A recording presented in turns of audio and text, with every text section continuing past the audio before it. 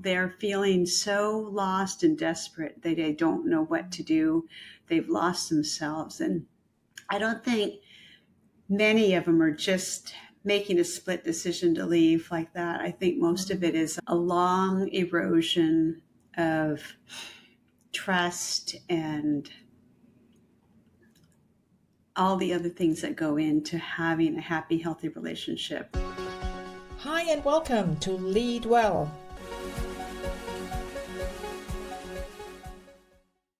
Today, my guest is Michele Heffron. Michele, you are a certified life, relationship, and divorce coach, and you support women at some of life's most defining crossroads. And your work often begins even before divorce is on the table. At the moment, a woman starts questioning whether the life she's living still reflects who she is becoming. Drawing on her own experience, your experience, Michele, of divorce and reinvention, as well as decades of leadership in nonprofit and corporate settings, you help women navigate relationship transitions with clarity, self-worth, and honesty, so women can move forward aligned with who they truly are and what they want next. Exactly. Wow. And yeah. I know you are maybe fortunately, maybe unfortunately experienced in that area. So how could you say that now was the time to change? Oh, at the time, it's such a rich question because it's filled with a lot of things that led up to it. But I realized in my second marriage that things weren't going well, and it didn't feel like a very healthy situation. I didn't understand back then what that all meant, but I knew that something was just misaligned in what was happening with me. And so I found the courage to move beyond that. I didn't realize it at the time, but the relationship had become quite abusive. Not in that physical sense so much, but in that emotional and the financial pieces of it. There was a lot of control. Well, everything was controlled. And when I finally found the courage to leave, I had become a shell of who I once was. And I was at the bottom. I really lost so much, and I started over completely. I had a daughter in college at the time, and I had a son who was just going into middle school. My children are 10 years apart. And I had no idea what I was going to do. So I started on this path of first survival because I really needed to survive. I didn't make out well financially, and so I really needed to figure out what I was going to do next. And it was through that time I ended up hiring a coach because I didn't really know how to do anything on my own. I came out of a very big career, but I had been out of the workforce for many years. And so having to reinvent, I didn't know really what that meant, and I didn't know what I wanted to do. And so it was like a bit by bit, but through it, I was taken into situations in life that I had to learn a lot. And one of them was I started working with victims and survivors of domestic violence. And I was working with at-risk youth, and then later in relationship health education. All of these came through this series of nonprofit opportunities that I had become an executive with, and learned how to raise large sums of money and all these things. But I knew I still wasn't aligned with what I wanted to do. And it was through that first coach I started understanding, what coaching was all about. And for whatever reason, it struck me as that this is the thing I'm meant to do.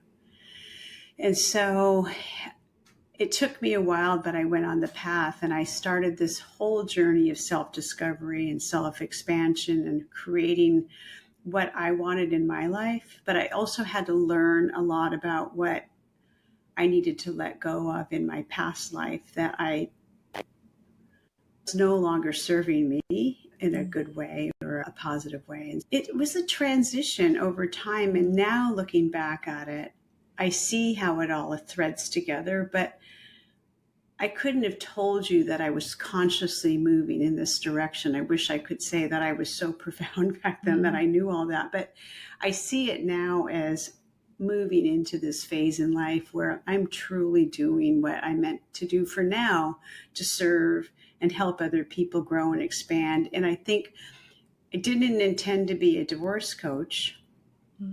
But so many people were coming to me for that I decided to get specialized in that area just so I could help them on a more deeper level. But it's always transformation from where I work, because I think unless you are transforming through any situation, any transition in life, whether it's after a long career or switching into something different or not being a mother, your children leave home, or whatever it is, there's always this identity shift that's happening. And there's a grieving period and there's things that we leave behind, but it's hard for some of us to let go of it. And that's even in the divorce situation, it's moving through that in a way that you can gracefully step in to a new life through the process. Now, an odd question has come up in my mind, and that is, what age are those women that are thinking about divorce? And I tell you why I'm asking that question. First, this question came up when you said this was your second marriage. And then I remember my mom was 40 when I was born and 20 when my brother was born. I had pretty old parents at that time when I was young, which was really unusual. And I remember her when she was in her 60s. I think she was 60 or 62, whatever. She talked to me and she said, Christine, I never understood how people would consider getting divorced when they are 60, because why would you? You already hang in for so long with that guy, but now I understand. They never got divorced. My parents never got divorced. I have no idea what would have happened if they did. But to me, that sentence really sticks.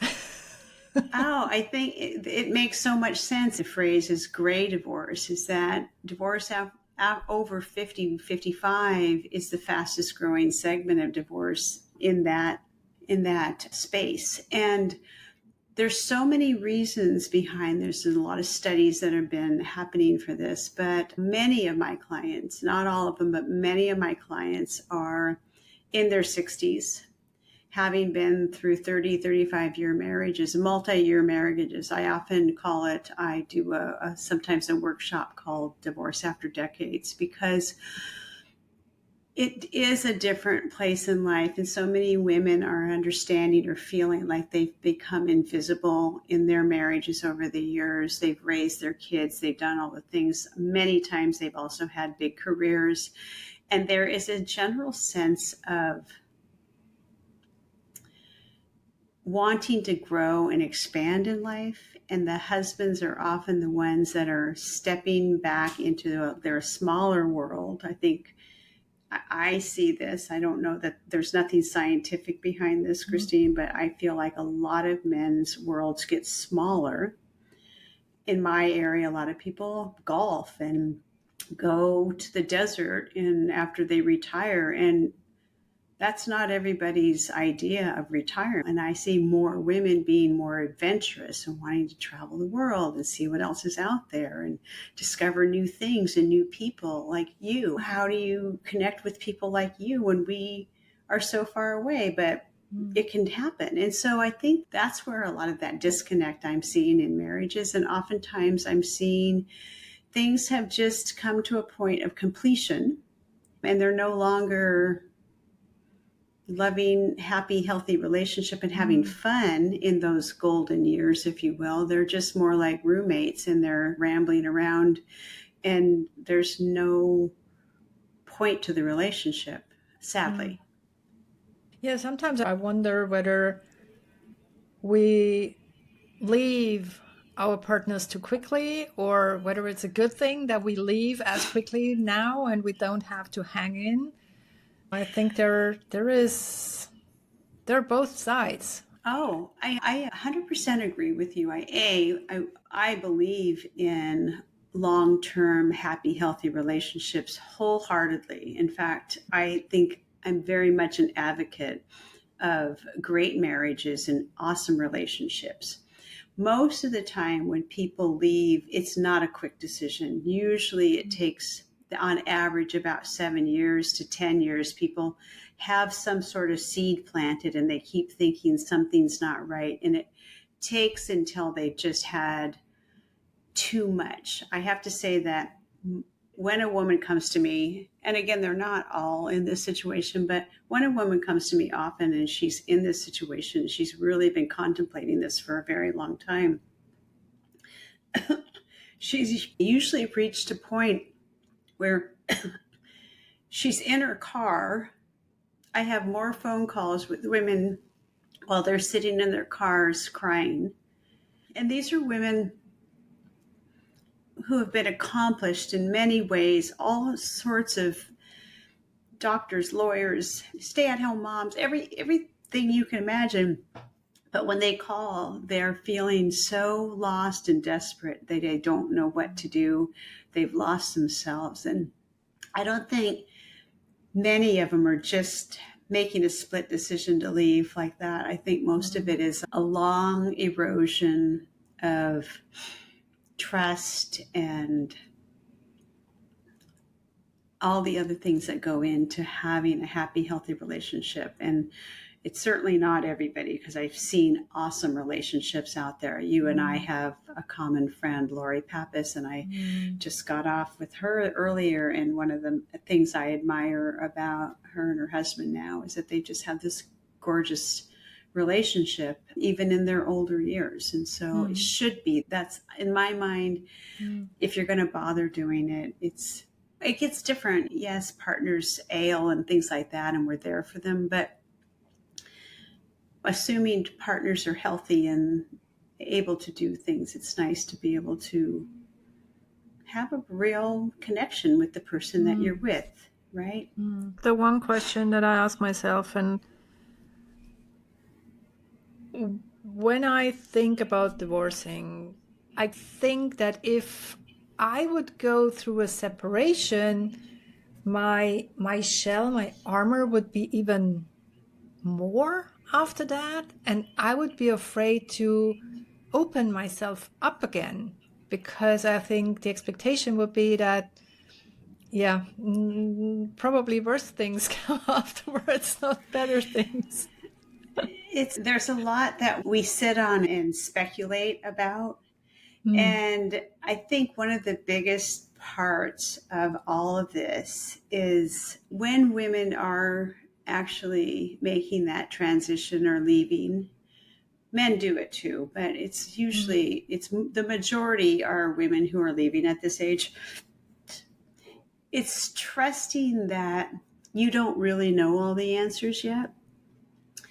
And I liken it to every step of the way as a step, because we get too far ahead of the what ifs.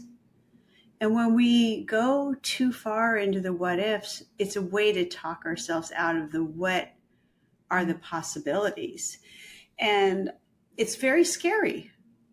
It's a very scary thing to do, but I think to your point is that if things are where you want them or into some degree, and that seems like the right thing for right now, then maybe that's the right thing for right now. But when we don't do something because we talk ourselves out of it for the what ifs, what if, or I'm too this, I'm too that, or I'm already putting limitations on myself.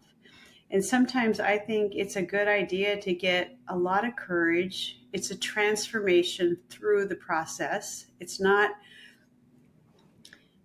walking through the door and being the same person as you were.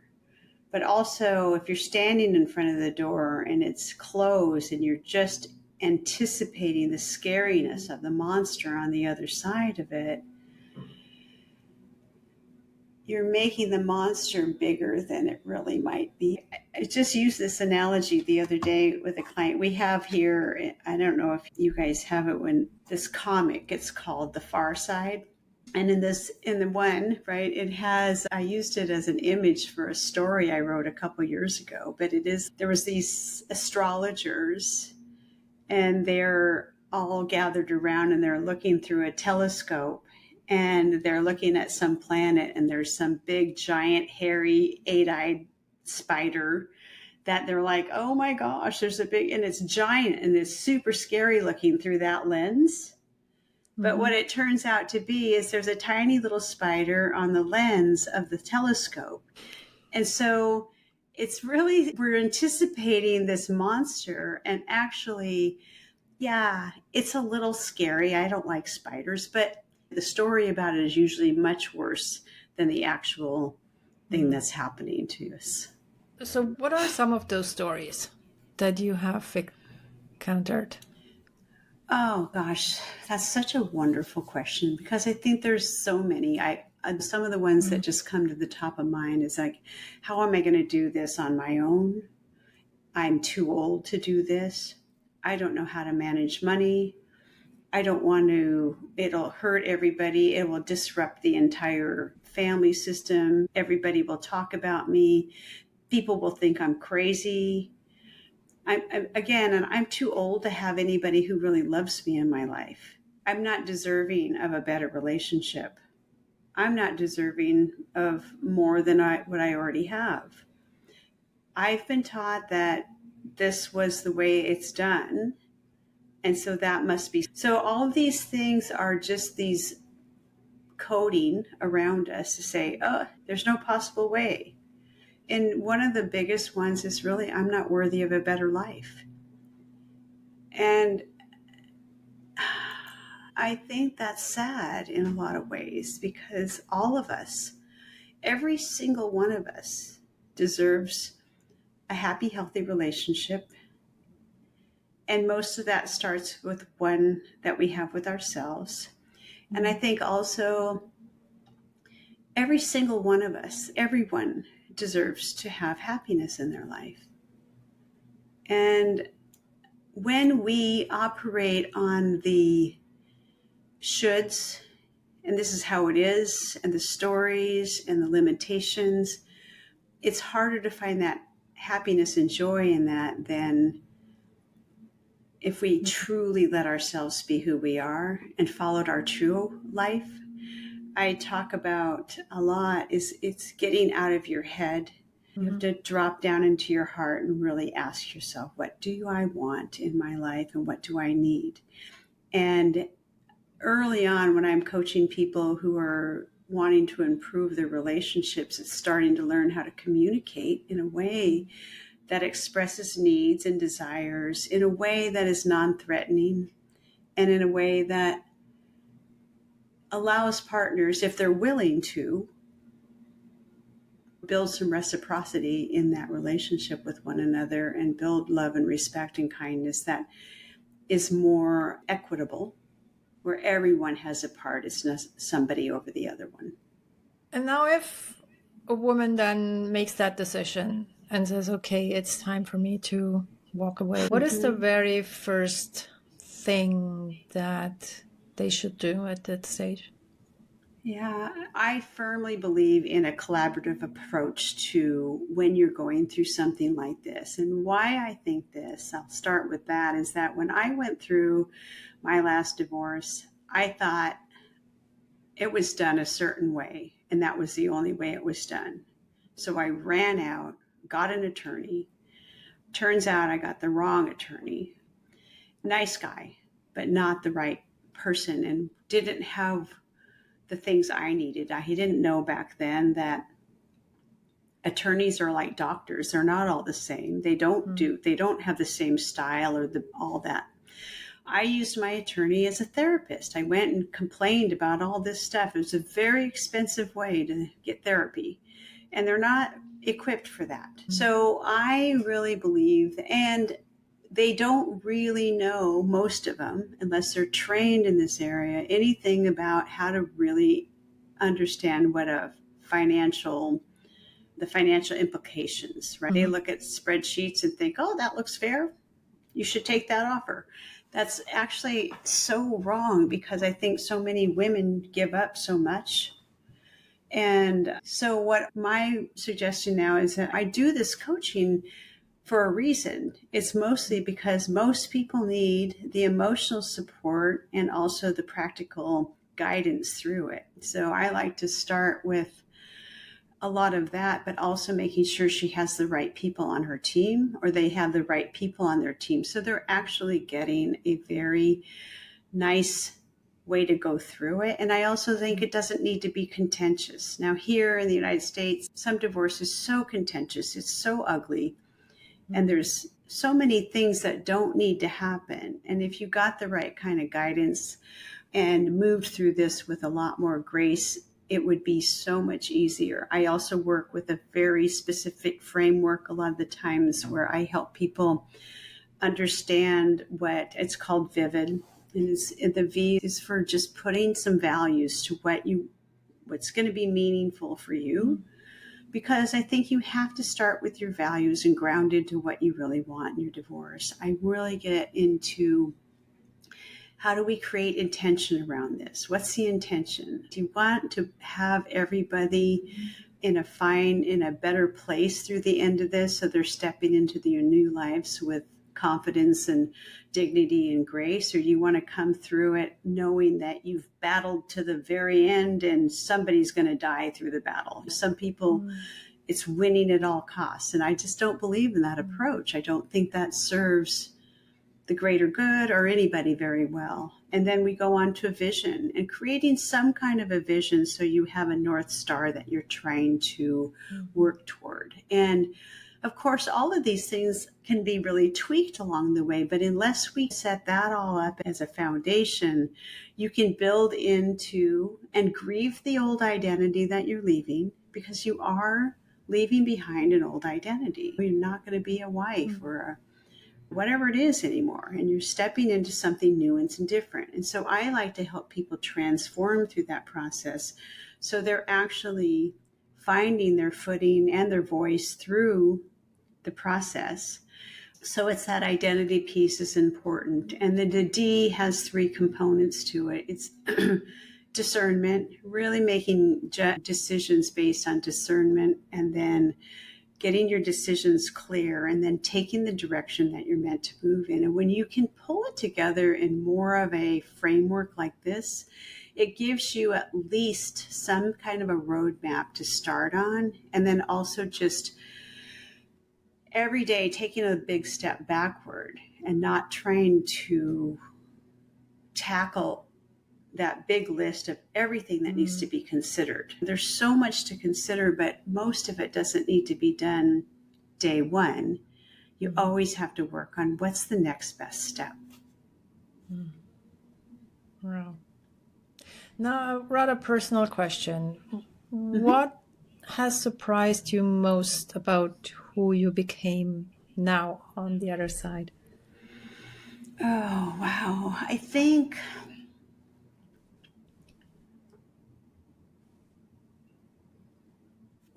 one of the things that has surprised me most, and this is funny, when I was going to college or university here, they gave us an assessment. And on that, so I was 18 years old, and they gave us an assessment, and it said, when I took mine, that it tells you where you would thrive or do really well in whatever you studied and move on to in the course of a career or whatever. And mine came up with things like psychologist or therapist or counselor, a philanthropist, some of these things where it didn't sound very appealing to me. So I said, oh, no.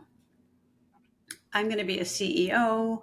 I'm going to be a news broadcaster. I was going to do all these. I wanted to be big.